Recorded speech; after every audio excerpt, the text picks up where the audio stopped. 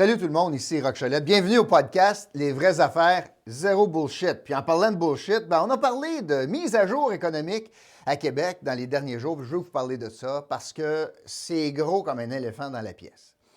Premièrement, on va se rappeler que le gouvernement du Québec a déposé un budget en début 2020. En fait, 2 jours avant, dans le fond, tout ce qui a éclaté avec la pandémie, puis la quarantaine, puis le confinement, puis etc. 2 jours avant, le gouvernement du Québec, là, en grande pompe, dépose un budget. Dans le budget du Québec, pour 2020, le ministre des Finances avait oublié de planifier un ralentissement économique pour la COVID. On parle de 2 jours avant, alors que tous les signaux étaient là. C'était écrit dans le ciel. D'ailleurs, le gouvernement était prêt à annoncer le confinement quelques jours plus tard. Donc, exercice raté complètement en mars 2020. Depuis mars 2020, qu'est-ce qui est arrivé?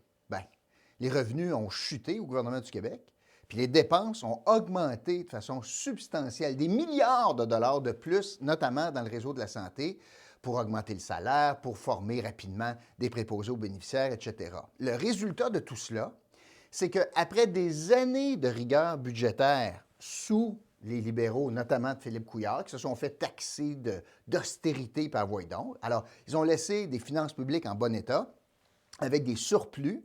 Les caquistes, depuis le début de mandat, avaient commencé à dépenser ces surplus-là. Bien, on se ramasse avec la mise à jour économique d'il y a quelques jours, avec ce qui était inévitable.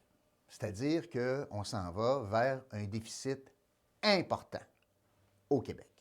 Un déficit qui a été annoncé de 30 milliards de dollars sur 3 ans. Mais juste avant, je vais vous expliquer un peu la mise à jour économique, c'est quoi? Mise à jour économique, je vais appeler ça un mini-budget. C'est une mise en situation que le gouvernement, l'État, fait des finances publiques. C'est quelque chose de normal, de régulier. C'était encore plus important cette fois-ci, la mise à jour économique, pour donner un portrait clair des finances publiques. Et là, le ministre Girard nous a annoncé que pour les 3 prochaines années, quand je fais un cumul des déficits, on va avoir un déficit de 30 milliards de dollars. Première année, cette année, 15 milliards de déficit et ensuite, progressivement, 7 puis 6 milliards, 8 puis 7 milliards de déficit, donc un total de 30. C'est beaucoup d'argent, mais c'est normal. Dans la situation actuelle de pandémie, on a besoin de supporter les dépenses publiques nécessaires pour contrer, pour soigner le monde, pour contrer la pandémie, tout à fait normal. Puis, c'est normal aussi qu'il y ait moins de revenus pour l'État, moins de consommation, moins de productivité, etc., etc. Fait que c'est pas catastrophique ce qu'on a annoncé, c'est normal. Il y a une couple de commentaires qui sont importants, par contre, pour parler de cela. Mise à jour économique, habituellement, c'est sur 5 ans. Et là, ce qu'on nous a dit, c'est essentiellement, je vous fais une mise à jour économique sur 3 ans. Mais je vous promets le retour à l'équilibre budgétaire dans 5 ans. Et ça, c'est problématique. Alors, voici ce que le gouvernement a dit. Il a dit, dans les 3 prochaines années, je vais faire 30 milliards, 30 000 millions de déficit, c'est-à-dire plus de dépenses que de revenus. OK. Fait que là, on met ça, là, ça a dette. Puis c'est les générations futures qui vont payer ça.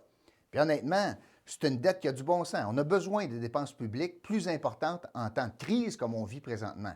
Parenthèse, c'est d'autant plus important d'avoir eu des finances publiques dans un bon état, puis qu'on ne faisait pas des déficits rien que pour le fun, comme on fait au fédéral, comme M. Trudeau a fait au fédéral au cours des dernières années. Le fédéral se ramasse aussi en déficit, mais suite à plusieurs déficits structurels au Canada. Ça, c'est une autre question. Alors, au Québec, on annonce 3 ans de déficit, parfait. Mais on nous annonce que l'année 5, on va avoir un retour à l'équilibre budgétaire. On ne dit pas comment vraiment. Premièrement, on oublie de parler de l'année 4. On n'a aucune idée de ce qui va arriver l'année 4. Déficit, pas déficit, je ne sais pas. Et l'année 5, le gouvernement nous dit, je vais revenir à l'équilibre budgétaire en misant sur 3 choses. Un contrôle supplémentaire des dépenses. Ça, ce n'est pas le pain et le beurre de la CAQ, contrôler les dépenses. Mais ils nous promettent ça.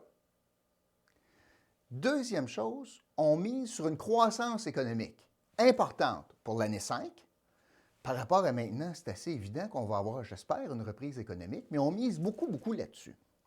Puis là, la troisième mesure, c'est une mesure licorne. Oui, oui, oui. Le ministre Girard s'est levé un matin, puis il y a une corne de licorne en prévision des chiffres à venir, en disant que moi, je vais équilibrer mon budget avec un nouveau chèque de 6 milliards de dollars provenant d'Ottawa.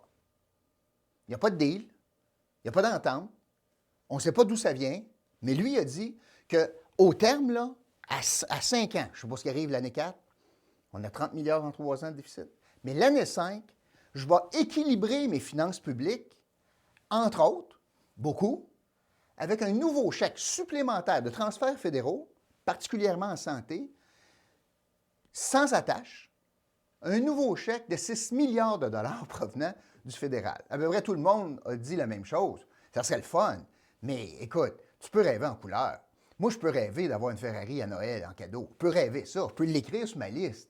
Pas sûr que ma blonde va me donner une Ferrari en cadeau. Pensez-vous vraiment, dans l'état des finances publiques au fédéral présentement, que pour le Québec, dans 5 ans, ça va être 6 milliards de transferts inconditionnels de plus, mis à part tout le reste? C'est assez peu probable. Donc, on peut se douter un peu de la crédibilité puis de la rigueur budgétaire du gouvernement actuel avec de telles explications. On arrive à 30 milliards de déficit, un gros trou noir l'année 4, puis les licornes l'année 5. Puis là, on dit, voilà, c'est ça, nous autres, notre plan. Il n'y a personne qui écoute ça. Là, on est dans le COVID jusque-là, puis on est confiné, puis on est tanné. Puis, tu sais, je comprends, là, puis le monde, ça ne s'intéresse pas à ça, les finances publiques. Mais si vous prenez 2 minutes pour y penser, on n'est pas sorti de l'auberge.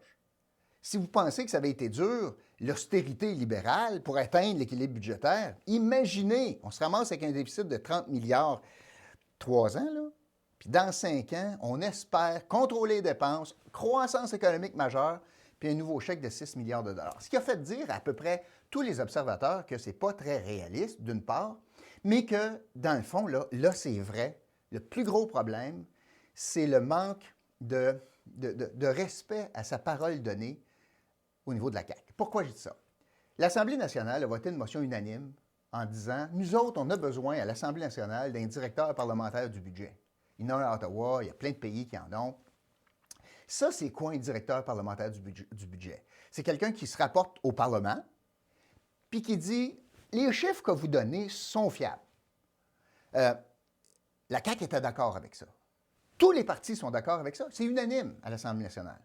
Mais on n'en a encore pas. On n'a pas de procédure pour en doter un, pour embaucher un directeur parlementaire du budget, comme il y a à Ottawa. Et si on le fait, et ça serait important de le faire, il y a vraiment 2 critères importants à considérer quand on va doter ce poste-là, bien avant de choisir la personne. Premier critère, il relève de qui? Il ne faut pas que ça soit un Horacio Arruda II, qui est un sous-ministre dans la machine gouvernementale, qui ne se rapporte pas au Parlement. Il faut absolument que le boss du directeur parlementaire du budget soit le Parlement, les élus, puis il faut qu'il soit nommé pour une certaine période sans risquer de se faire sacrer à la porte à cause de pression politique. Ça, c'est le premier critère. Il doit relever de l'Assemblée nationale. Le deuxième critère, il faut que son mandat, l'étendue de son mandat soit clair et très bien défini. Et l'exemple parfait que je vous donne pour parler de cela, c'est qu'il faut décider, nous autres, comme société, comme parlementaires, ils doivent décider si un des mandats du directeur parlementaire du budget, c'est de regarder la crédibilité des programmes politiques lors des campagnes électorales. Est-ce que le plan financier, le cadre financier que Québec solidaire dépose, en donnant tout à tout le monde, tient la route? Est-ce qu'on veut ça, nous autres?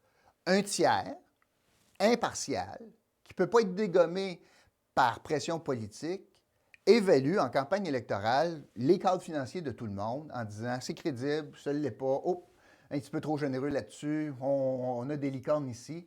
Je pense que ça serait intéressant. Ça enlèverait un peu de cynisme à la population puis des fameuses promesses électorales.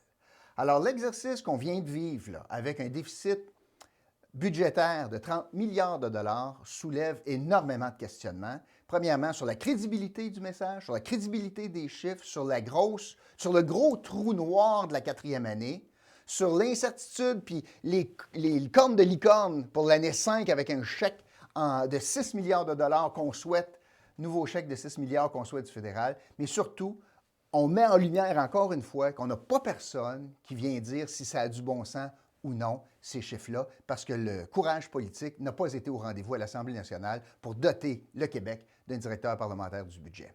Voilà, c'est ce que je voulais vous dire aujourd'hui. Je vous invite, si vous aimez, abonnez-vous à notre chaîne YouTube. Donnez-nous un coup de fil, pas un coup de fil, donnez-nous un coup de pouce, dans le fond, en vous abonnant. Si vous avez des commentaires, des questions, des critiques, des louanges, je m'en sac, mais faites-moi part de ce que vous en pensez. Puis on se retrouve très bientôt à un autre podcast, Des vraies affaires, zéro bullshit. Salut tout le monde!